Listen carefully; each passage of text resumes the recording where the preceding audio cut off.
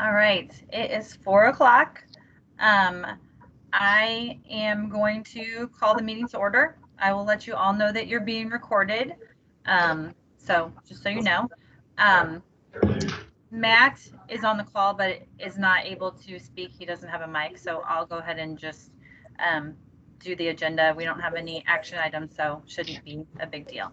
So that being said, I will do roll call just via who I see on here. So Cindy Fox Griffey is here. Debbie Haley is here. Caleb Hunter is here.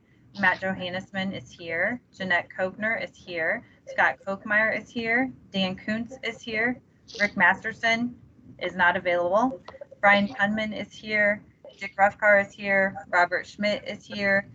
And I do not see James Tagnoni. So if he's here, please let me know. Okay. All right. I will move on to public comments. I received one public comment by email, which I will go ahead and read right now. 2020 County Road Board budget and proposed projects from Arnie Dienoff. Dear County Road Board members and County Transportation Director, I am highly opposed to the proposed conduct and proposed illegal violations of the St. Charles County Road Board, my home county, and how it proposes to hold meetings in violations of Chapter 610, the state's Open Meetings Act and Sunshine Law that applies to all political subdivisions and boards of the state in its entirety of the revised state statutes of Missouri. No authority is granted to the County Road Board in Section 610.021 of the statute. Number 1, adjustments and revising of the 2020 fiscal year budget. Because of our unknown fiscal condition of both Missouri and the county economic environment and sales tax income that funds the County Road Board and County Department of Transportation road projects and improvements, I am asking that the board and staff cut the fiscal year budget by 22%. Recommendation, revise and cut 2020 fiscal year budget. Number 2, proposed road projects and roadway improvements. I have questions about the projects and will reserve for the road board meeting in May 2020. My recommendation, I reserve my recommendations at this time till I hear the facts during the road board meeting presentations. Very truly yours, Arnie C. A.C. Dienoff, St. Charles County / State Civic and Public Advocate, on behalf of our and my fellow 432,000 residents. Okay, and does anyone else have any public comment? All right, hearing none, we will move on to item 4, which is the governor's cost share applications. This is my item. So I just wanted to update the road board on these. We spoke about them last year, I guess at our last meeting. So we received 2 governor's cost share grants, one for Route A, which was the GM improvements along Route A. It's a $4 million project. So we have started design on this. We hired EFK Moen and they are currently designing. We added this into the budget, but we never did a formal recommendation. So actually these are all on hold right now with Missouri until the next fiscal year. So we will do an agreement for this with them, and at that time I'll have you guys do a recommendation to council that you have approved of these expenditures. So Route A will actually also have $250,000 from Wentzville. It'll end up being a little more for us based on the project cost because we added some GGL fiber to the project, and then $3.5 million from the state. So just wanted to update you on that. You'll see more on it later. And also the I-70 additional lane, we received $4 million for that for an $8 million project. We're working with the consultant to kind of lock down what that project will include and what the actual cost will be. So once we have that, we'll come to the board for a recommendation on those costs. I just wanted, it's kind of been out there, and I just wanted you guys to kind of know what was going on with those projects. So are there any questions about those?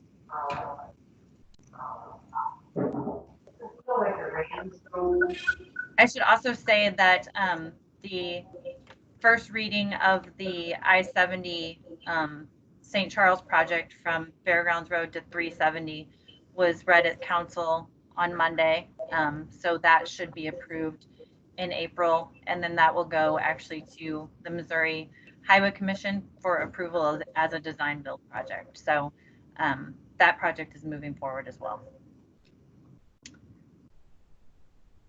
All right, I'm not seeing any questions. I'm trying to make sure I'm checking the chat.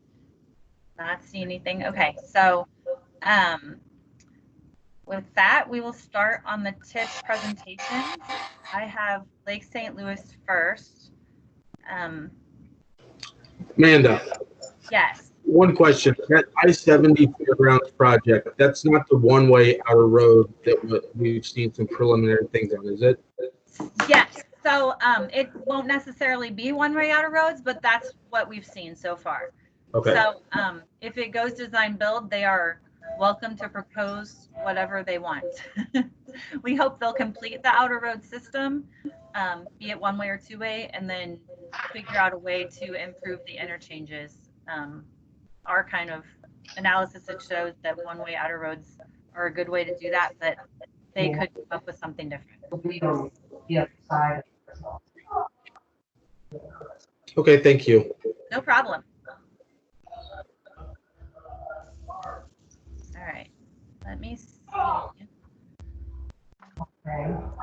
Derek, are you on? I'm on. Can I share my screen? Yes, you should be able to just click and share. Okay. Okay. There you are. Okay, so I just got a pop-up saying that I have bad network quality, but hopefully you'll be able to see this and hear me. Okay, sounds good. Yeah, my name's Derek Castle. I'm the Director of Public Works for the City of Lake St. Louis, and these are the City of Lake St. Louis's 20 applications. So we have two applications to present this year, and they're really two phases of the same project. And before I get into this, you may wonder why we've split the project up this way, and particularly with the funding amounts seem to be kind of arbitrary. It really has to do with we have so many funding partners on the project. Some of them are paying for certain things and not for others. And also, really, the most important thing is we're trying to maximize the amount of federal money we get. So we looked at the scores that we could get on our different federal grant applications and tried to match the funds with those to maximize the amount of money that we can pull in and reduce the amount of county road board cost. So our two applications are Old Highway in Phase 2 and Old Highway in Phase 3. For a little background before we get into those projects, this Old Highway in project has been funded, has received county funding in the past. We started with a study a couple of years ago. That study had some recommendations that we started implementing last year with an award for Phase 1. Phase 1 will be out to bid probably in the next month. And then last year we were also awarded Phase 2 and 3. Highway in project is located near the terminus 364 to the south and west of that study that I referenced recommend that we extend Old Highway in, which currently dead ends, down to Summers Road, to reconstruct Old Highway in with a 3-lane typical section and a signal at Hawk Ridge Trail and another signal. Also recommended to provide a sidewalk, and a shared use path. The benefits of the project, as shown in the study, were a significant reduction in congestion. In the study year 2040, we had almost a 600-hour delay reduction in the PM peak. The project also supports commercial and residential development by providing access to a section of land that's otherwise very difficult to utilize. As I said, phase one will be out to bid here in the next month or so. That project will connect the existing Old Highway N pavement to Summers Road. It will install a right turn lane on Summers Road and will provide bike and pedestrian accommodations along the limits of that part of the project. The project also includes a internal road in the development called Southern Ridge Lane. And this is the map. We've got a commercial development here and a residential development in O'Fallon here to the south of Old Highway N. Both of those are underway. That development in O'Fallon is probably better than 50% built out with homes.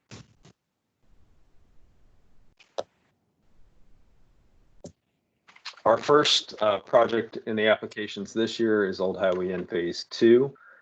Phase 2 will reconstruct the existing Old Highway N, widen that existing pavement to 3 lanes, add curb and gutter, and provide bike and pedestrian accommodations. Remember, those give us much better scores on our federal grant application. Phase 2 connects to the signal constructed in Phase 3 at the intersection of Hawk Ridge Trail and Old Highway N to the north, and to phase 1 to the south. Here's a concept plan for Phase 2. Again, this is the Phase 1 work down here in the bottom left-hand corner. And the intersection up here at Hawk Ridge Trail is in the Phase 3 application. So Phase 2 is this existing pavement connecting the two, reconstruction of that. Schedule and cost summary for Phase 2 shown on this slide. Total project cost for Phase 2 is approximately $1.4 million, and we're asking for $76,000 from the county for Phase 2. As I said, we've got several different funding partners. We've already been approved for MoDOT cost share money. We've got money from a developer in a TDD form. We have a federal STP application that has been submitted, and we hope to hear about that soon. And we're rounding out the balance of the project with County Road Board money. Phase 3 is the second application that we've Phase 3 will install signals and turn lanes at Hawk Ridge Trail and also at Summers Road. So reconfigures the quick trip entrance to align with that signal on Summers Road. So here's a depiction of what that looks like. A signal here at Hawk Ridge Trail and Old Highway N. Turn lanes, right turn lane, left turn lane. Here's the Phase 1 connection down to Summers. The Phase 3 will install the signal and reconfigure Quick Trip's entrance to align. We are connecting. Cost and schedule is shown on the slide for Phase 3. Total project cost of $1.7 million and a little over $800,000 being requested from the County Road Board. And you can see again, we've got a CMAQ application, so federal funds, County Road Board funds, that MoDOT cost share money, and developer contributions, as well as O'Fallon and Lake St. Louis cities participate. Very low.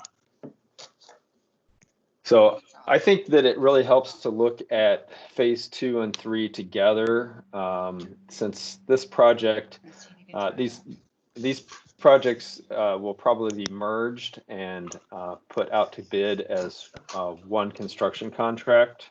Will be built in the same year, and it kind of helps to understand the funding a little bit better. As I said, we're asking for a lot of money on one phase and not very much on federal funds. For phase 2 and 3 together, we've got $475,000 of MoDOT cost share. That's 15% of the project. We've got developer making a contribution to the project. We've got the 2 federal grants, both cities like St. Louis and O'Fallon contributing. So for phase 2 and 3 together, for our new application, we're asking for $880,000 to go towards phase 2 and 3. And a reminder, we were already $192,000 for design work on these phases. So what we're actually asking for is an additional $680,000 for implementation. So are there any questions?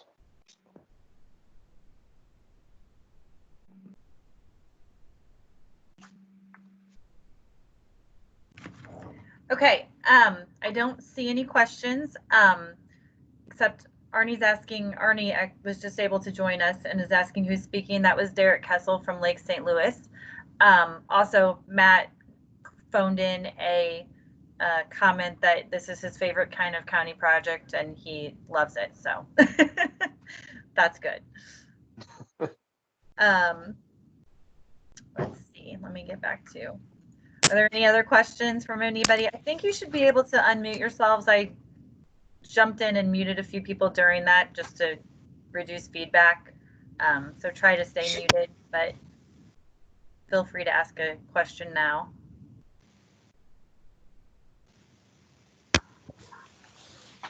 No, as always, Derek did a superb job. How's that for sucking up, Derek? Thank you. I appreciate it.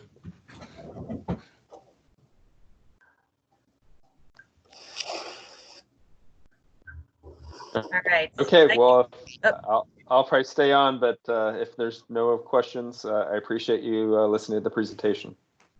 Thanks, Derek. I agree. Wonderful job.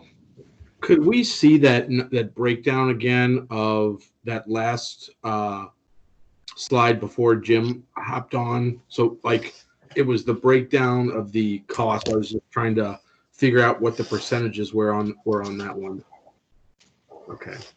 Thank you. Is this what you're? That is. Thank you. And you will all receive these presentations in your handout packet after the meeting. Kelly will email those. So, and I think they're posted online as well.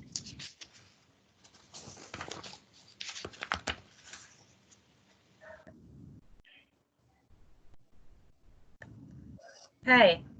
If there's no other questions, we'll move on to City of New Melle, which is Kurt Cutter from Cochrane giving the presentation, I believe.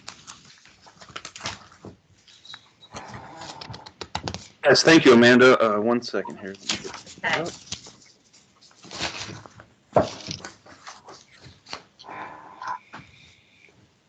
Okay. Can you see everything? We got it. Awesome. Perfect. Again, as Amanda said there, I'm Kurt Cutter with Cochrane Engineering, representing the City of New Melle, and project manager for this job.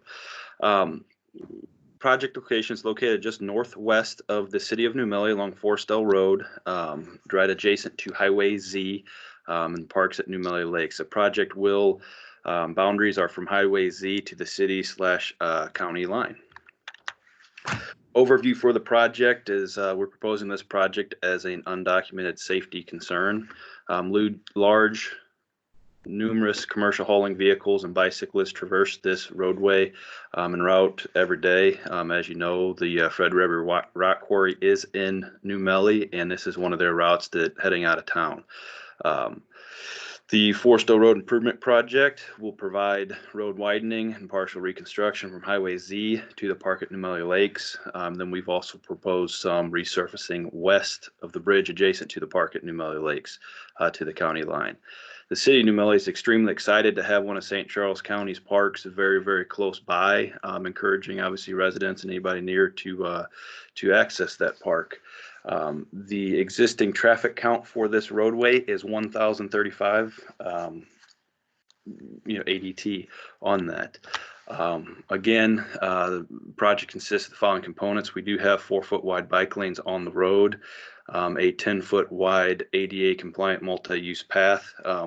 We've kind of coordinated quite a bit with St. Charles County Parks with this project. They were kind of excited that we were submitting for federal as well as road board money here too as well, just being that I know in the future they kind of want to get stuff going with their park too and feel like this project could help them out too as well with that, but not only with the future implementation of a trailhead too as well. We know that's kind of in the works too, but part of this project will be obviously full depth pavement repair, looking at over about 1,100 feet of a lane there too as well. With it, road widening, new shoulders, curb and gutter, drainage improvements. The curb and gutter will be from Highway Z to the bridge just west of the park at New Melly Lake, so all that would be curb and gutter proposed. And then resurfacing with this. Now the resurfacing, obviously this road is in, we've done a pacer we'll get to later for this, but it is in need of some repair here too as well. But we'll kind of get into what we talk about that here in a little bit. But with this project, no major utility relocations are anticipated. Funding sources, like I said, the city has submitted for funding to East-West Gateway. And about 69% of the funds for this project is estimated at $2.8 million. About $1.9 million would be from federal, and then we would request the remaining funds be split 80-20 with St. Charles County and the city of New Melly. So you can see requesting about $692,000 of St. Charles County funds and $173,000 of city funds. Schedule for this project, if awarded, would be design in March 2021, right-of-way acquisition July 2022, start of construction in January 23, and complete construction in March of 2024. Here's kind of a project connectivity map, vicinity map, so you can kind of see the overall plan that the city has for this area. They've done a lot of work with their comprehensive plan recently and updating that. But essentially, again, everybody was kind of wanted to improve Forstow Road. There was good comments with that. And everybody wanted to get some trails and sidewalks in to be able to kind of access everything. But along with that, again, as you can see, the green line on the screen is essentially the project limits. We'd be looking at installing a multi-use path from the park at New Melly Lakes to Highway Z. The city does have some future projects they would like to do along Highway Z. From their existing sidewalks at Nicole Park to the St. Charles County Library. They've actually submitted for STP funds in the past for that. Unfortunately, we're not able to obtain them, but they were able to obtain. Previous project was a sidewalk project throughout the city of New Melly. And the overall goal would be able to connect the Daniel Boone Elementary School to the St. Charles County Library, as well as the park at New Melly Lakes.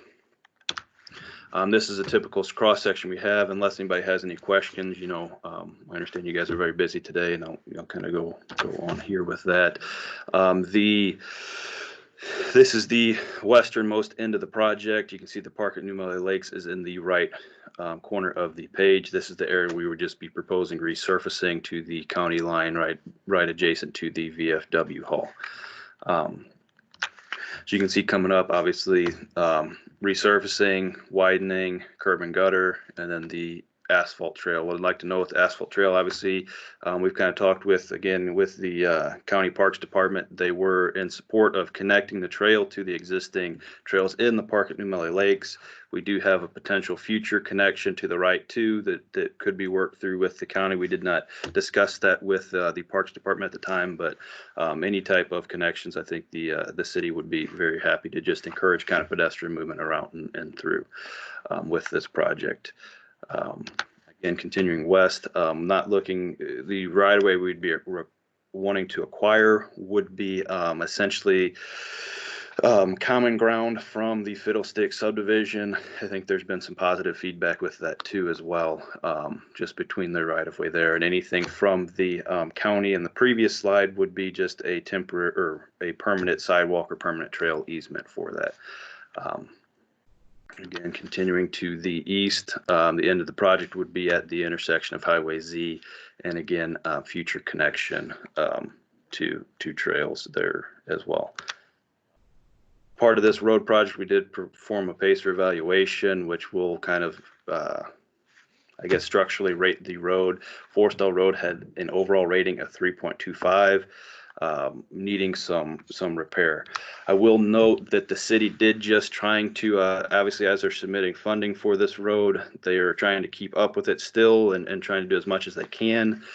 They did just complete just kind of a crack seal and just a patch kind of project, but again, it's just kind of it is obviously a band-aid for this and what they're doing. But location 1, as you can see, it's rated a 4, 2 would be a 3, and then location 3 is a 3, and location 4 would also be a 3-2 as well. Again, would like to open up if anybody had any questions or comments. I apologize because I asked everybody to mute and then I left mine unmuted and got a call, so I'm sorry. I didn't realize. Anyway, Matt called to ask if you have any idea how this is going to score with the state. How it's going to score?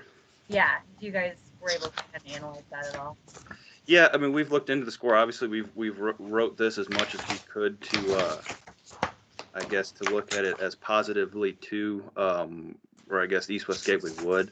As an overall number, I don't know off the top of my head to give you kind of what we would think it would, but we've wrote this to be as best with obviously with the multi-use path with encouraging connections throughout town to score as best as we could for the roadway we have, obviously. Okay. There was some mention of bike path, a 4 foot wide. Is that going to be on both sides of the road or just on one side? Right now we've had it on both, kind of just being that kind of in conjunction with the shoulder there, kind of basically like a shoulder / bike path kind of on both sides of it. Yeah, it makes sense. Okay, thanks.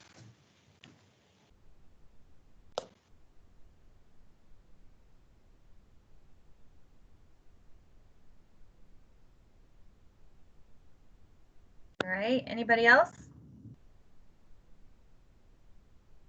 Okay. Not seeing any other questions, so thank you so much, Kurt. We will talk to you soon. Thank you very much. I'll try to stay on here too as well. Thank you, guys. All right. And we will move on to City of Wentzville.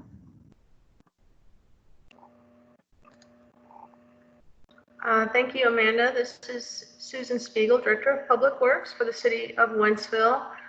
We also have on the line Doug Lee and Kevin Schutte. For those of you who don't know, Doug has recently been promoted to the City Administrator for the City of Wentzville.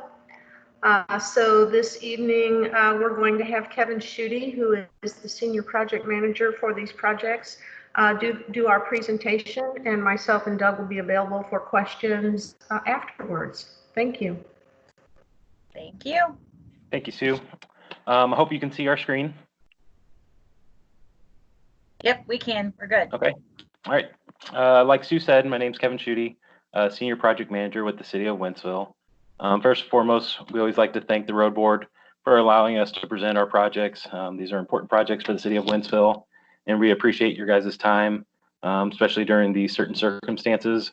And we look forward to be able to do these meetings in person as soon as the times allow us to. We have 3 projects this year for consideration. They are listed in order of preference. First one is Route Z and Interstate Drive intersection improvements. The second one is the Route Z widening and signalization project. And then our third project is the Great Oaks Boulevard extension project. So for our first project, the Route Z and Interstate Drive intersection improvements, basically the project limits include the intersection of Route Z and Interstate Drive and extend to the north up to the I-70 on-ramp at Highway Z, and then to the south to the bridge over Prue Creek. You can kind of see we have a location map there on the right-hand side showing those limits. Some project background information. Route Z south of I-70 experiences significant delays in queuing in both the AM and PM peak periods. The city and I think the county have identified that improvements are necessary to reduce vehicular delays on both mainline Route Z and on Interstate Drive. Currently, there is no projects identified within MoDOT's current STIP that would address these delays in queuing along Route Z. Some of the existing conditions that we do see, Route Z and the Interstate Drive intersection consists of single through lanes with dedicated left turn lanes. During the AM conditions, we see northbound Route Z queue up to about 4,000 feet. Kind of give reference, that takes it back about to the Carlton Glen subdivision and does block that Carlton Glen and Prue Hills subdivision entrances, which then degrade those intersections level of service as well. Really what we see is people giving courtesy gaps in traffic to allow those intersections to clear, but then in turn backs up Route Z even further. During those PM conditions, we see northbound Route Z queuing back to that same location, about 4,000 feet, back to the Carlton Glen subdivision. And then southbound Route Z queues back about 1,250 feet, which gets it back to about that I-70 eastbound off-ramp terminal. Really the project scope that we're looking at doing here is adding dual left turn lanes to the Interstate Drive eastbound approach. That will allow for that approach on Interstate Drive, which is the predominant eastbound to northbound movement, clear quicker and allow more green time to be given to Route Z to help alleviate some of those delays that we're seeing and queuing that we're seeing on northbound Route Z. We're also looking to widen Route Z to 2 through lanes, basically from north of the bridge over Prue Creek all the way up to the I-70 ramp terminal. You'll see in a couple pictures later on that northbound Route Z has an extra large and wide full depth shoulder that is currently there with some restriping and shouldering work to northbound Route Z north of Interstate Drive. We'd be able to gain that additional through lane, which would then provide a dedicated right turn lane that would be used by the I-70 eastbound motorists, and then would provide a dedicated through lane to the roundabout on the north side of I-70, which would then take you northbound on Church Street or around the roundabout to westbound I-70. Also looking at widening the westbound Interstate Drive for a right turn lane from southbound Route Z to get that dedicated movement where you're not sitting at the light at a red light. You'd have that dedicated right turn lane to continue westbound on Interstate Drive. And then, of course, with all this, signal modifications to accommodate the new lane configurations. Some of the improvements that we do see by adding those dual left turn lanes from eastbound to northbound and that right turn lane to the northbound approach improves the intersection operation to a level of service D. Currently, it operates right now at a level of service F, and that's during the AM and PM peak periods. Reduces the overall delay of the Interstate Drive intersection up to about 22 seconds, and reduces that max queue on northbound Route Z to 800 feet, which then no longer blocks the Prue Hills or Carlton Glen subdivision entrances. Here you can see our conceptual plan. Along here, you can see where we restripe in Route Z to accommodate those 2 through lanes, which then one of those lanes is dedicated to the I-70 eastbound, and one of those lanes is dedicated to the roundabout there at Church Street and westbound I-70. Also, the pavement widening along Interstate Drive and Route Z to accommodate those turn lanes and 2 through lanes. Here's just a couple of quick pictures. Like I said earlier, there's that extra large wide shoulder on northbound Route Z that is currently just striped as a shoulder. We do know it's full depth and would be able to accommodate the traffic that Route Z sees. So with some minor restriping and shouldering work, we could get those 2 through lanes through there. And then here's one more quick picture, kind of showing that stacking and that queue on the northbound Route Z leg of that intersection where it backs up the hill, past the bridge, past the next subdivision, which is Prue Hills, and then even the next subdivision past that, which is Carlton Glen. For this project, we're looking at about $2.4 million. We have submitted a CMAQ application for 50% of that, or $1.2 million. And then we're looking to split the remainder 50-50 with St. Charles County Road Board, $600,000 each from St. Charles County and the city of Wentzville. The next project that we have is the Route Z widening and signalization project. This project piggybacks off the last project I just talked about, where with the intersection improvements, we set up for those 2 additional through lanes. And then this project would extend those through lanes all the way out to Perry Cate. So the project limits here are Interstate Drive out to Perry Cate Boulevard. Again, Route Z experiences heavy AM and PM peak period delays in queuing. We've identified that there's needs for improvement to reduce those delays along Route Z and increase safety and level of service along those side street intersections. Again, there's currently no projects in MoDOT STIP to address queuing along Route Z. Existing conditions, Route Z is currently just a two-lane roadway. I believe MoDOT did do a shouldering job several years ago where they added some 3-4 foot shoulders, but otherwise it's just a 2-lane road with turn lanes at key intersections. Route Z does operate at capacity during peak periods. Currently, the Prue Hills, Prue Ridge Boulevard intersection operates at a level of service F. The Carlton Glen Parkway and Route Z intersection operates at a level of service F.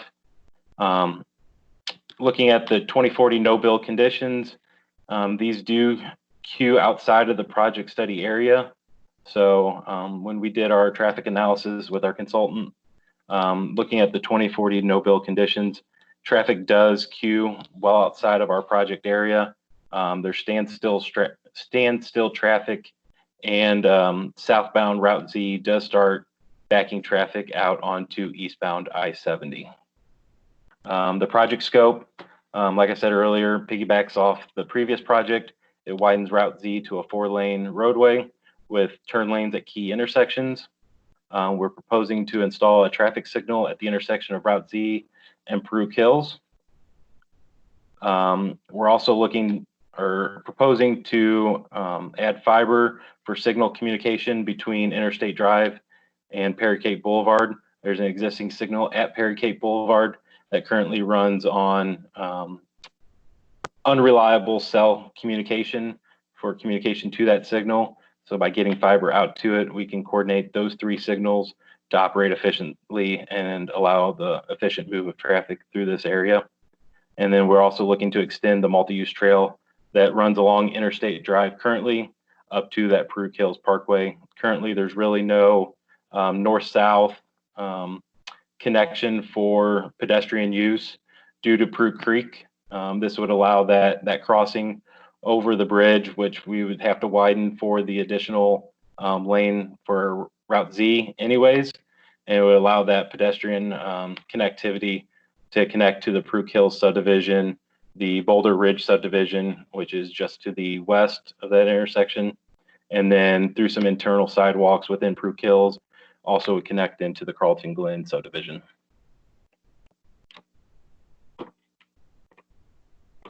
So by widening Route Z to a 4-lane cross-section, 2 northbound, 2 southbound lanes between I-70 and Perry Cape Boulevard, we improve those intersection operations to a level of service C or better during the AM and PM peak periods.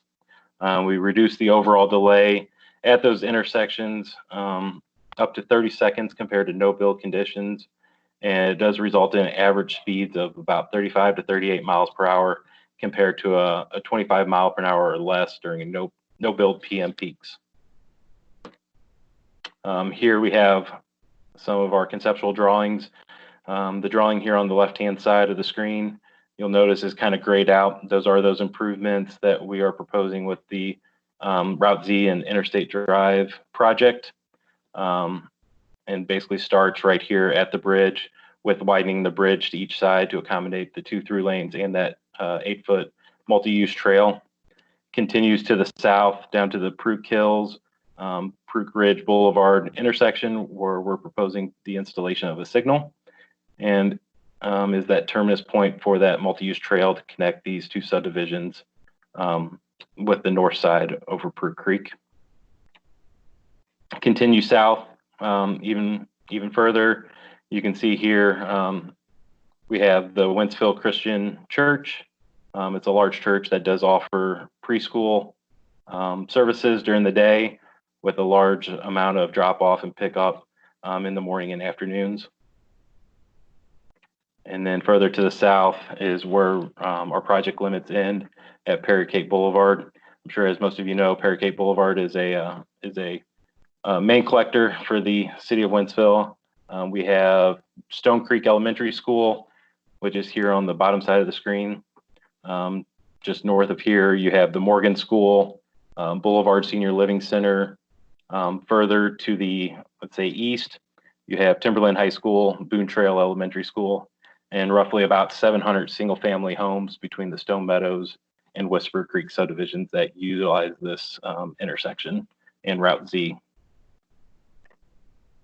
Here's a few pictures. MoDOT did do a chip and seal surface treatment about 2 years ago. You can see some of that is already starting to show its wearing, some of these reflective cracking coming up through it.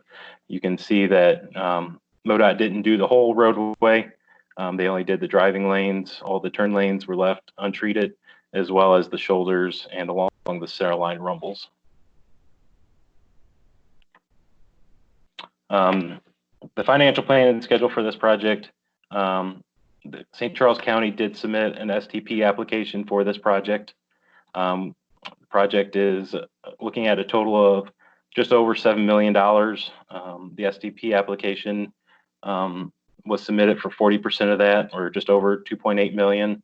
And then between the city and county, looking to split that again 50-50 to cover 30% of the project for just over 2.1 million each.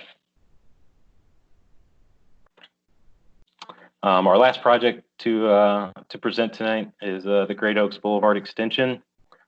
This project runs basically from dead end points within 2 subdivisions to the south, which is the Great Oaks subdivision, and to the north, the Timber Trace subdivision. Between these 2 points, just here to the south, which would be just north of the Great Oaks subdivision, there's a current project, Crystal Creek Phase 5. They have currently just started construction on that subdivision, and they will be extending Great Oaks Boulevard north through their development up to the property line, which is this tree line right here. And then this would be the point where our project is proposing to extend Great Oaks Boulevard. One parcel here that we would have to acquire right away through. This is a Century Farm. It's been in the Piney family for well over 100 years. Through some initial talks, they currently have no plans for any development within this farm.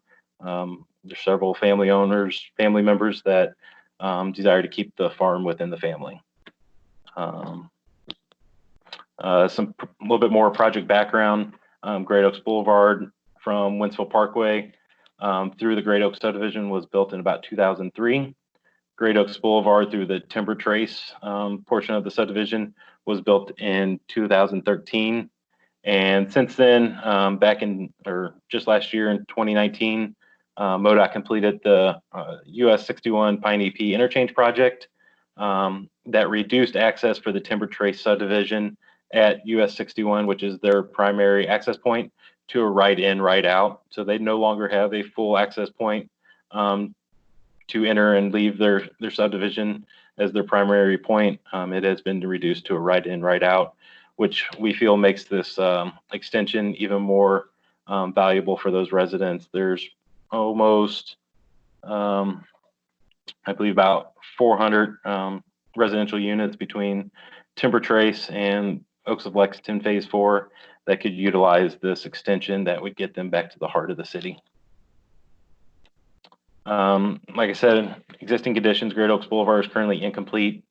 Crystal Creek will be extending Great Oaks Boulevard north from its current terminus at the Great Oaks subdivision to that northern property line. There's 700 plus single family homes planned within the Timber Trace and Lexington Phase 4 subdivision, with only one primary access point, that is that right in, right out at US 61. Project scope, project design is currently underway. I'm sure you're all aware the city has submitted this project before.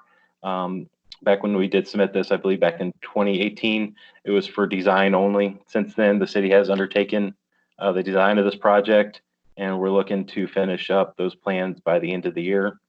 Right away and easement acquisition only requires that coordination with the one parcel owner, and design is based off the city's standard collector cross section, which is 60 feet of right of way, 39 foot wide pavement, 5 foot sidewalks, and enclosed and open drainage items.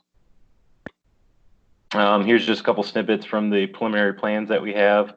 On the left-hand side here shows that connection point with the Crystal Creek Phase 5 subdivision. We continue to the north and tie in up here at the Timber Trace subdivision just south of Bobcat Court. Here are a few pictures showing those kind of dead end points along Great Oaks Boulevard. The two on the left-hand side are going to be at the Timber Trace subdivision, and the one on the right-hand side is within the Great Oaks subdivision. Our financial breakdown for this project, it's estimated at a $1.6 million project, and the city is seeking an 80-20 split, or $1.28 million from the county and $320,000 from the city.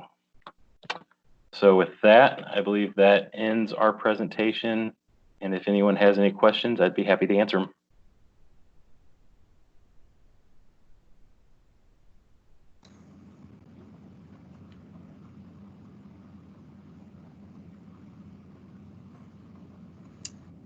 I don't see anything in the chat. Are there any questions from anybody?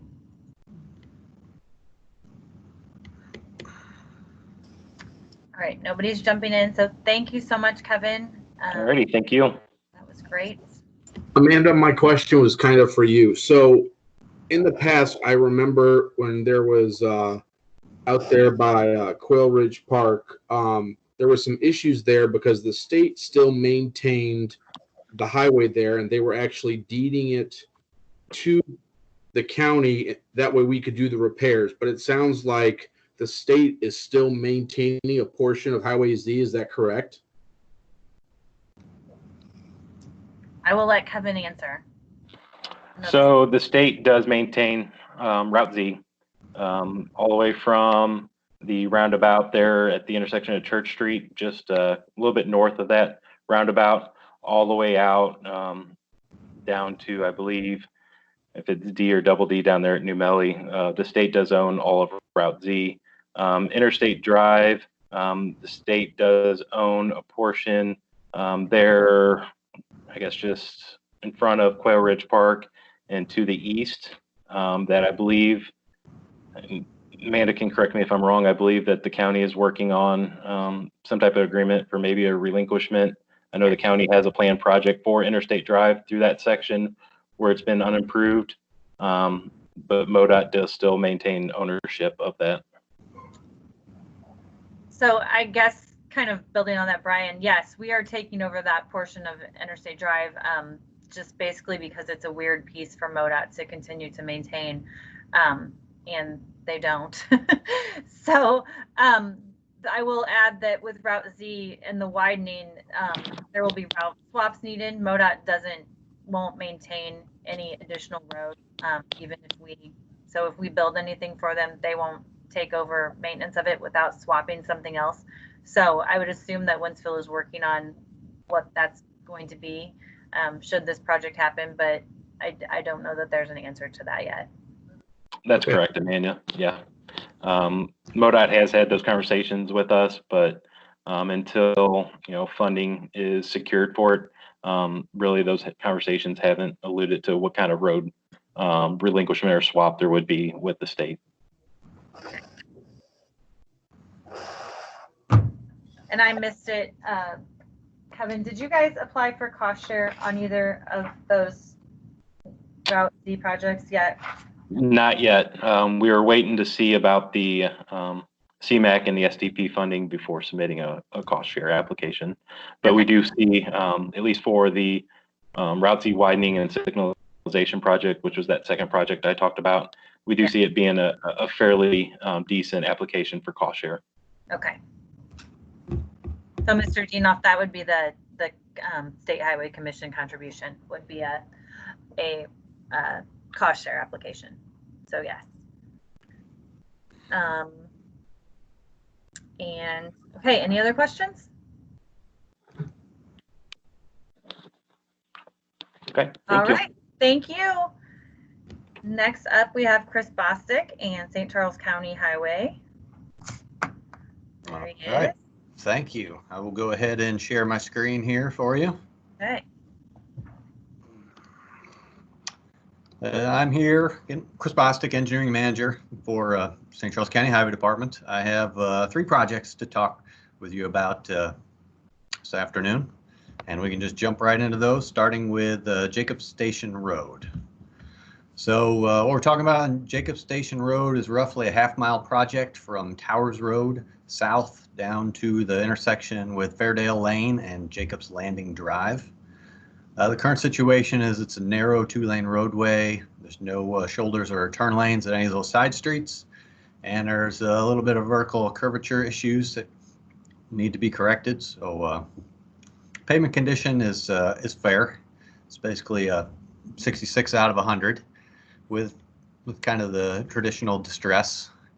And then right now the current ADT is actually 940. The projected ADT is 1669, and a lot of that comes from at the far south end of the map at Jacob's Landing is a relatively large subdivision. Some bigger subdivisions to the east are all on the screen there, and then Fairdale to the west connects over to the backside of Windcastle.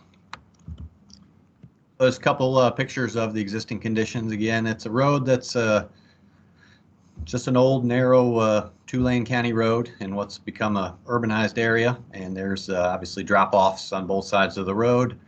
It's fairly well maintained, other than every time you overlay the surface, then the drop-offs just get that much worse. So what we're talking about is widening out the road.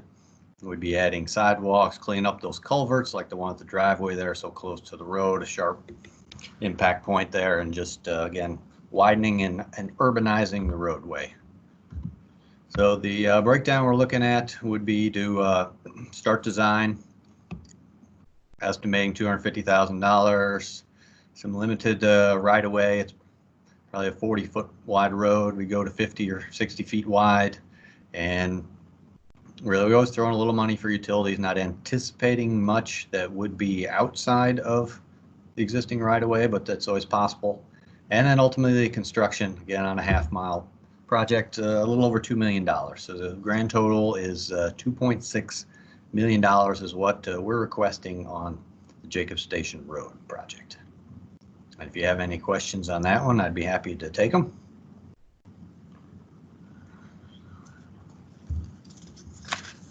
All right, so we'll move on to the next project is Flatwoods Road.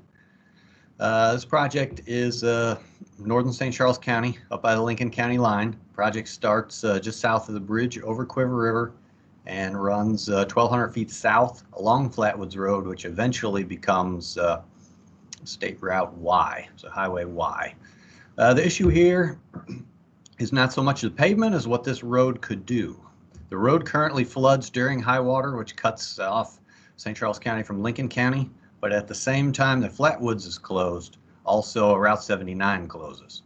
And there's a significantly longer section of 79 that would need to be elevated to keep that open, whereas Flatwoods, it's just this short stretch of a little over 1,000 feet that can be raised by 5 feet, and it would significantly reduce travel time. Let's see, maybe a couple pictures of what we're talking about here. At the very far end of the screen, as you follow the road around the curve, that is the bridge over Quiver River. You can kind of see the low point, and this is standing at the high end on the other side. From the opposite direction, it doesn't look quite as extreme. Again, we're talking about raising the road 5 feet through this section is all it would take to bring this road out of the 100-year. And what that accomplishes is it'll basically cut about 40 minutes of detour time from folks who can't use 79, who would have to go all the way over to Highway 61 to get in and out of St. Charles County. So it provides a high water alternative. Cross-section wise, it's just a slight widening of the lanes, addition of shoulders, and again, just the additional fill to raise the road, for which we're anticipating fairly easy design, moving into right-of-way in 2022, and then total construction cost is estimated $770,000. We have applied for federal funds. So we're asking for $600,000 in federal funds. So the road board, then we would come to you asking for the $250,000 match to the federal funds. Does anybody have any questions on this one? Chris, can you tell us how often those routes have flooded in the last several years, or any idea? I don't know. Okay. It did last year. I was going to say, I'm assuming it was for a long time last year. I believe so. Yes. And it seems to be more and more common anymore. But I don't have an exact number, but I can find that out for you. Okay. Okay. Question about the bridge that it's going to, the project is going to be right up next to. If the bridge deck level, is that going to be raised 5 additional feet then too? No, that's the great thing about this project. We don't have to touch the bridge at all. The bridge is already high enough, and as you go, it's basically down through a short valley and then back up a hill on the other side, and it's just the area in between. So the bridge doesn't get touched, and we tie in on the other side about 2/10 of a mile down, and we can take that whole section out of the floodplain, and then everything else to the south into the county is all high enough already. Thank you. You're welcome. All right, and I have one more project for you. And that is a study. This is the Lake St. Louis Boulevard extension. So the road board had previously funded a study of Dyer Road, DD, and a Lake St. Louis Boulevard extension. So the project we're talking about here is design and right-of-way money for the northern connection, which would be the extension of Lake St. Louis Boulevard from the north. If you can read up by Laurel Willow Drive, now the back of the Preston Woods subdivision, down to what would be a separate project at Dyer Road and Route DD. The study recommended a roundabout at DD and Dyer. However, MoDOT wasn't willing to entertain anything to do with construction funds on that until the Lake St. Louis Boulevard project is more of a reality. So we're here today again to ask for final design money and right-of-way money to extend that road, which is about a little over 2/10 of a mile. This is a drawing that was generated by the consultant who did the traffic study, again showing the roundabout. and basically everything to the north, which this section will include a bridge structure just immediately south of the subdivision. So we got the subdivision connection up at the top. All the work from basically that subdivision area to the north would be a separate project. But so we're just talking about this section in the middle, the 0.23 miles. So the rough breakdown is we're assuming around $300,000 for the design of the roadway and bridge next year, and another $300,000 the following year for the acquisition of right-of-way, with construction funds to follow. And you can disregard that note at the bottom. That's from a different project. And those are the 3 projects I have for you today.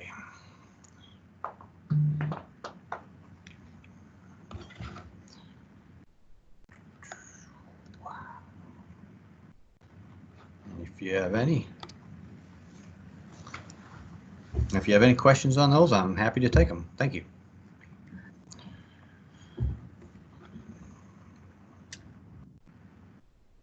Any questions out there? All right. Thank you, Chris. All right, thank you. Okay, so moving down the agenda, we are on item 6. We also, Mr. Dienoff was able to join us a little bit late. It took him a little time to get on here. So seeing that, and the fact that this is new to all of us, I told him I would go ahead and let him make some brief public comments if he'd like. So Mr. Dienoff, do you want to give a brief comment here? Yes. Can you hear me? We can hear you. Okay. My only comment is because everything that's happening in our state economy, in our county economy, I just have a real concern about income from sales tax, and I don't want the road board to get in a predicament where we don't have enough money to get through the end of the year to finish the current projects in the current stream. So if there could be a discussion of the board, I'd like to see a discussion. I think to go on the conservative side, I'd like to see the county maybe put 22% of this year's budget on hold to see what the economy does between now and September. So those are my comments. Thank you. Okay, so that said, in new business, I did actually want to talk a little bit about that. So just briefly, I usually try to, and I don't usually have it at this meeting, but I do try to come up with a number that we're looking for of projects we can fund. As you all know, we are pretty tight on budget over the next couple of years, and we are preparing for a shortage of sales tax funds this year. So we're actually going to go ahead and look at a 25% reduction in that number from what we had projected. So I have not had a chance to look at our budget. We do have some money going over into next year from this year. So I think we're going to be okay in 2020. If not, I'll be reaching out to the cities to try to, see what kind of schedules you're on. But I think we should be okay. 2021, it could get a little tight, and we're going to have to kind of look into that more. But before the next meeting, hopefully, and if not, definitely before our June work session, I will have good numbers and an idea of kind of what we're looking at and how much we can go ahead and fund, and just, what we think it's going to be like. So there are definitely some concerns. And then I guess on the federal side, I will also say we should know what projects are being recommended for federal funds by the 1st of May. So we will have that in time for the next meeting. So that will help guide us some too. We usually try to go with a lot of the projects, I think most all the projects that get federal funds. So I think there are some from some cities that will be withdrawn if they don't get federal funds. So that should help us out there. I haven't heard anything about a reduction in federal funds at this time. And MoDOT has not pulled any funds. As I said, they have delayed them.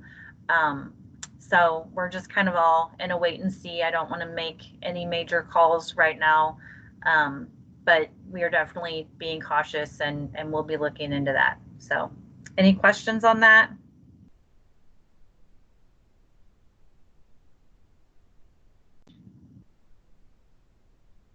Okay.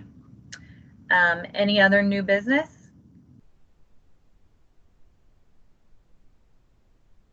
Is everybody still there?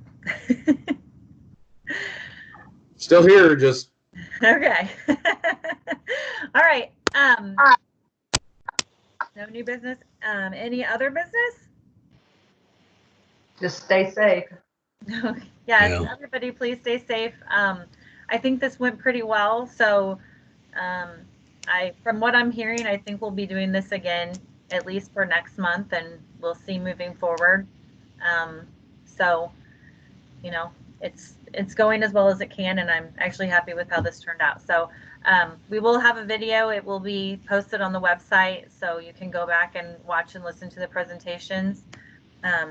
It actually turns out kind of nice, so it's a good way to review. The next regularly scheduled meeting will be on Wednesday, May 20th, so I will send out an invite a couple weeks before, and we'll probably see you back here on the Microsoft Teams. So thank you, everyone. Stay safe, and I motion to adjourn. I second. Second. All right, all in favor? Aye. Thank you, everyone. Have a good night. Good night. Bye-bye.